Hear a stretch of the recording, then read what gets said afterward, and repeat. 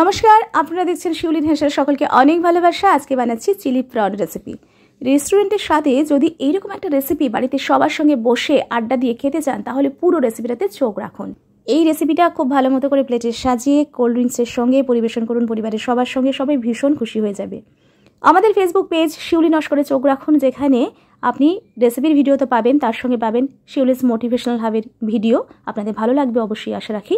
আর পাবেন আমার এবং আমার ছেলের গান, কবিতা আর ছেলের গিটারের ভিডিও। চলুন শুরু করবো রেসিপি। প্রথমে চিংড়ি মাছগুলো খুব ভালো করে পরিষ্কার করতে হবে। মাথাটা দেখেই বুঝতে পারছেন, মাথায় একটা ময়লা অংশ থাকে, সেটা খুব ভালো করে বেছে ফেলে দিয়ে চিংড়ি মাছটা ভালো করে ধুয়ে নিয়ে নুন, হলুদ গুঁড়ো, লঙ্কা গুঁড়ো দিয়ে ভেজে নিয়েছি। চিংড়ি মাছটা হালকা করে ভাজতে হবে, বেশি মানে অনেকক্ষণ ধরে ভাজলে স্টিফ হয়ে যায় চিংড়ি মাছ, সেটা খেতে ভালো লাগে না। সেই জন্য অবশ্যই চিংড়ি মাছ যখন ভাজবেন হালকা করে ভাজবেন। অন্যদিকে আমরা নিয়েছি পেঁয়াজ, ডুমো করে কেটে নিয়েছি। পেঁয়াজের পাপড়িগুলো একটু ডুমো ডুমো করে কাটতে হবে। আমরা প্রায় 2-3টে পেঁয়াজ কেটে নিয়েছি, আর বড় সাইজে 2টো ক্যাপসিকাম নিয়ে নিয়েছি। সেখানে পেঁয়াজের মতো করেই ক্যাপসিকামগুলো ডুমো করে কেটে নিয়েছি। এবার অন্য একটা পাত্রে আমি দেখাচ্ছি কী কী নিয়েছি। এগুলো হচ্ছে আদা কুচি, একদম ঝিরিঝিরি করে কুচি করে নিয়েছি আদা। আর এটা হলো রসুন কুচি, সেটাও আমরা ঝিরিঝিরি করে কেটে নিয়েছি। এখানে আদা কুচি রসুন কুচির পরিমাণ 2 চামচ করে। আর কাঁচা লঙ্কা আছে, আর পাকা লঙ্কা আছে, চিড়ে রেখেছি কাঁচা পাকা লঙ্কাগুলো। এবার আমরা একটা সস বানাবো, দেখে নিচ্ছি কি দিয়ে বানাচ্ছি। প্রথমে একটা শুকনো পাত্র নিয়েছি, তাতে নিচ্ছি টমেটো কেচাপ। আমরা এখানে 6 চামচ টমেটো কেচাপ দেবো। আর যে চামচে আমরা মাপছি, প্রত্যেকটা সস কিন্তু সেই চামচে মেপে দেবো, বা প্রত্যেকটা ইনগ্রিডিয়েন্টস সেই চামচে মেপে দেবো। তো সেই জন্য চামচের মাপটা ঠিক মতো করে রাখতে হবে। তাহলে আমরা যে সসটা বানাবো বা যা কিছু দিচ্ছি, সব মাপটা ঠিক মতো করে রাখলে কিন্তু আমাদের টেস্টটা রেসিপির দুর্দান্ত হবে। এরপর আমরা দেবো ভিনিগার 1 চামচ, আর তার সঙ্গে এবার মেশাচ্ছি আমরা গ্রিন চিলি সস। তো আমরা টমেটো কেচাপ যতটা নেব তার হাফ নেব গ্রিন চিলি সস, একটু ঝালঝাল হবে। তো 3 চামচ আমরা গ্রিন চিলি সস কিন্তু নিচ্ছি। এবার এর মধ্যে আমরা মেশাচ্ছি রেড চিলি সস। এই দুটো সস কিন্তু অবশ্যই মেশাতে হবে। রেড চিলি সসের পরিমাণটা আপনাদের দেখিয়ে দিই, সেটা হচ্ছে 3 চামচ। এবার আমরা এর মধ্যে দেব ডার্ক সোয়া সস, সেই পরিমাণটা 2 চামচ। একটু বেশি পড়ে গেল এখন, সেই জন্য পরের চামচটা একটু কম করে নিচ্ছি। ডার্ক সোয়া সসটা আমরা 2 চামচ দেব। এরপর দেব গোলমরিচ গুঁড়ো 1 চামচ, আর নুন দেব 1 চামচের থেকে একটু কম, মানে 1 চামচে 4 ভাগের 3 ভাগ দেব নুন। লঙ্কা গুঁড়ো দেব আমরা ছোটো চামচে 2 চামচ। এবার ঝালটা আপনি আপনার টেস্ট অনুযায়ী দেবেন। আর চিনি দেব 1 চামচের থেকে একটু কম। এবার সমস্ত উপকরণগুলো চামচ দিয়ে আমরা মিশিয়ে নেব। প্রথমে মেশানো হয়ে গেলে এবার অল্প জল দিলাম, অল্প জল দিয়ে একটু সসটা পাতলা করে নেব, আর চামচ দিয়ে খুব ভালো করে সমস্ত উপকরণগুলো মিশিয়ে নেব। তো এটা আলাদা করে রাখছি। এবার আমরা কড়াইয়ের কাছে চলে আসছি। কড়াইটা প্রথমে ভালো করে গরম করতে হবে। তারপর এর মধ্যে দিলাম চিংড়ি ভেজেছিলাম যে তেলে, সেই তেলটা প্রথমে দিলাম। তারপর আমরা এর মধ্যে দেব সর্ষের তেল, আরও যদি লাগে অবশ্যই লাগবে, তো সর্ষের তেল দেব। আর চিংড়িও কিন্তু ভেজেছিলাম সর্ষের তেলে, সেই চিংড়ি ভাজা তেলটাও দিলাম, আর পরে আমি আরও সর্ষের তেল অ্যাড করলাম। তো সমস্ত রান্নাটা সর্ষের তেলেই হবে। এবার তেলটা ভালো মতো গরম হলে আমরা এর মধ্যে যেগুলো দেবো একে একে দেখিয়ে দিই। একটু গরম করে নেব। আর আবারও বলি, সর্ষের তেলে রান্নাটা করবেন। শুকনো লঙ্কা আমরা 3টে দিচ্ছি ফাটিয়ে। একটু শুকনো লঙ্কার কালারটা আসবে সেই পর্যন্ত আমরা একটু ভেজে নেব শুকনো লঙ্কাটা। তারপর রসুন কুচি দিচ্ছি। যে চামচে আমি সসগুলো দিয়েছিলাম সেই চামচের 2 চামচ থাকছে রসুন কুচি। তো 2 চামচ রসুন কুচি দিয়ে লো টু মিডিয়াম ফ্লেমের মধ্যে আমরা একটু রসুনটা ভাজা ভাজা করব। তারপর এর মধ্যে মেশাবো চেরা কাঁচা পাকা লঙ্কা। এটা ঝাল অনুযায়ী আপনারা দেবেন, তবে একটু ঝাল ঝাল না হলে ঠিক ভালো লাগে না। চিংড়ির পরিমাণও অনেকটাই আছে, সেই জন্য একটু ঝাল ঝাল ভালো লাগবে। আর কাঁচা পাকা লঙ্কা দিলে কালারটাও বেশ দেখতে ভালো লাগে, সবুজ লাল। এবার দিলাম আদা কুচি, সেটাও কিন্তু যে চামচে সস দিয়েছিলাম সেই চামচের 2 চামচ, অর্থাৎ রসুন কুচি যতটা পরিমাণ আদা কুচিও ততটা পরিমাণ, মানে 2 চামচ করে দিলাম আদা কুচি আর রসুন কুচি দিয়ে আবারও ভালো করে একটু রান্না করলাম লো টু মিডিয়াম ফ্লেমের মধ্যে। একটু সময় নিয়ে 2-4 মিনিট।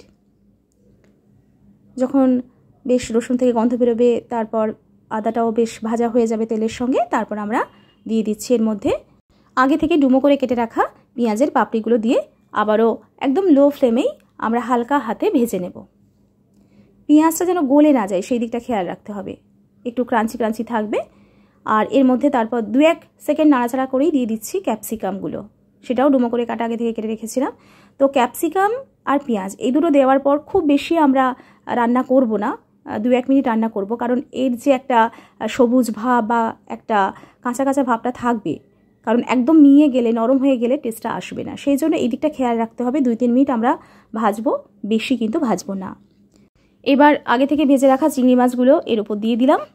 আমি চিংড়ি মাছের সঙ্গে চিংড়ি মাছের দাঁড়াটাও দিয়ে দিচ্ছি। যেহেতু চিংড়ি মাছগুলো খুব বড় বড়, তাই চিংড়ি মাছের দাঁড়াগুলো খুব খেতে ভালো লাগবে, সেই জন্য সবটাই আমি নিয়েছি। তো ভাজা চিংড়ি মাছের দাঁড়াগুলো যেগুলো ভেজেছিলাম সবটাই দিয়ে দিলাম। দিয়ে খুব ভালো করে আমরা এই যে ক্যাপসিকাম কুচি, পেঁয়াজ কুচি, আরও যে মশলা দিয়েছিলাম সবটার সঙ্গে চিংড়ি মাছটা ভালো করে প্রথমে মিশিয়ে দিতে হবে। আর এখন কিন্তু গ্যাসের ফ্লেমটা লো টু মিডিয়ামের মধ্যে রেখেছি। মেশানোর কাজটা চলছে, তবে খুব বেশি টাইম নেব না মেশাতে, কারণ খুব বেশি সময় ধরে মেশালে ক্যাপসিকাম বা আমাদের পেঁয়াজগুলো নরম হয়ে যাবে। সেই জন্য 2-1 মিনিট আমরা সময় নেব মেশানোর জন্য। তো ততক্ষণে বলে নিই, এই সময়ের মধ্যে আপনারা যারা এখনও সাবস্ক্রাইব করেননি শিউলিন হেসেল, প্লিজ সাবস্ক্রাইব করবেন, সঙ্গে থাকবেন।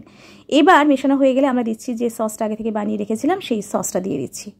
দেওয়া হয়ে গেলে আমরা খুব ভালো করে আবারও সসের সঙ্গে চিংড়ি মাছগুলো আর ক্যাপসিকাম পেঁয়াজগুলো সবটাই আর কি সসের সঙ্গে মাখিয়ে নেব। দেখুন ঠিক এইভাবেই।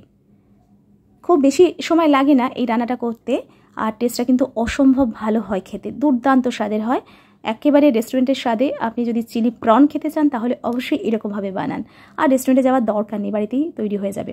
এবার আমরা কি করছি, একটা ব্যাটার তৈরি করছি, যার মধ্যে কর্নফ্লাওয়ার দিলাম আমি 1 চামচ, আর যে জলটা নিলাম একটু লাল লাল দেখলেন, আসলে ওটা ওই যে সস দিয়েছিলাম তারপর ওর মধ্যেই জলটা দিয়েছিলাম, সেই জন্য লাল লাল লাগছে। তো ওর মধ্যে আমরা কর্নফ্লাওয়ার নিয়েছি, আমি এখানে 1 চামচ কর্নফ্লাওয়ার দিয়েছি। 1 থেকে 2 চামচ কর্নফ্লাওয়ার দিলেই যথেষ্ট, আর জলের পরিমাণটা প্রায় 1 কাপ নেব, ব্যাস হয়ে যাবে।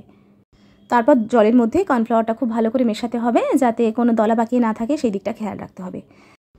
সসের সঙ্গে চিংড়ি মাছগুলো ভালো করে মেশানো হয়ে গেলে এবার আমরা কর্নফ্লাওয়ার গোলা জলটা দিয়ে দেব। তারপর আবারও 1 কাপ জল আমরা এখন দিয়ে দিচ্ছি। এবার আমরা খুব ভালো করে মিশিয়ে দেবো, আর দেখে নেব কতটা জল দেওয়া হয়েছে, আগে মিশিয়ে নেব। তারপর প্রয়োজন হলে আমরা জল দেব, কিন্তু আরেকটু জল দেওয়ার প্রয়োজন আছে। চিংড়ি মাছটা যেন মোটামুটি ডুবে যায় সেই পর্যন্ত দেখতে হবে, কারণ চিংড়ি মাছটা একটু সিদ্ধও হবে, সেই জন্য আর একটু গ্রেভি হলে ভালোও লাগে, সেই জন্য আমরা আরেকটু জল দিলাম। জলটা আপনারা বুঝে শুনে দেবেন, দেখুন যতটা জল দিয়েছি সেই রকম বা আরেকটু বেশিও দিতে পারেন, মানে চিংড়ি মাছগুলো মোটামুটি ডুবে যাবে সেই অনুযায়ী জল দিতে হবে। একটু আন্দাজ করেই জলটা দিতে হবে, কারণ একটু গ্রেভি থাকলে বেশ খেতে ভালো লাগবে। আপনি ফ্রাইড রাইসের সঙ্গে খান বা ভাতের সঙ্গে, মানে সাদা ভাতের সঙ্গেও খেতে পারেন, রুটির সঙ্গে খেতে পারেন, কিন্তু একটু ঝোল হালকা ঝোল, একটু গ্রেভি থাকলে টেস্টটা বেশ জমে সব কিছুর সঙ্গে। সেই জন্য আমরা জলের পরিমাণটা একটু বুঝে শুনে দেব। তো এবার ফুটতে শুরু করে দিয়েছে, কিন্তু মিডিয়াম ফ্লেমেই রান্না করছি। যখন ফুটতে শুরু করে দেবে তখন একটু ঢাকনা বন্ধ করে দেব, জাস্ট 5 মিনিটের জন্য আমরা ঢাকনা বন্ধ করব। খুব বেশি টাইম নেব না, আমরা 5 মিনিটের জন্য ঢাকনাটা বন্ধ করে রাখবো। তারপর 5 মিনিট পরে এসে দেখাচ্ছি কেমন হয়েছে। কত সুন্দর হয়েছে দেখুন, খুব সুন্দর একটা গন্ধ বেরোচ্ছে।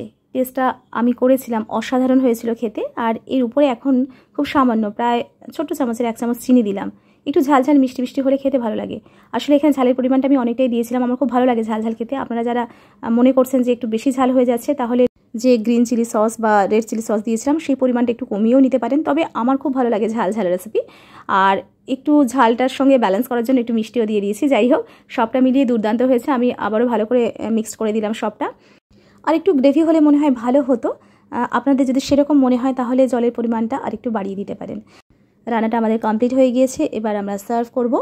তো তার আগে আমরা গ্যাসের ফ্লেমটা একদম অফ করে ঢাকনা দিয়ে কিছুক্ষণ রাখবো, যাতে সমস্ত মশলা সবটা খুব ভালো মতো করে চিংড়ি মাছের মধ্যে ঢোকে। মানে গ্যাসের ফ্লেম অফ করার পরেও আমরা 5 থেকে 10 মিনিট ঢাকনা বন্ধ করে রাখবো, তারপর আমরা সার্ভ করব। আপনি যেটা খুশির সঙ্গে খেতে পারেন, ভাত, রুটি, পরাঠা, ফ্রাইড রাইস, যেটা খুশির সঙ্গেই খান না কেন।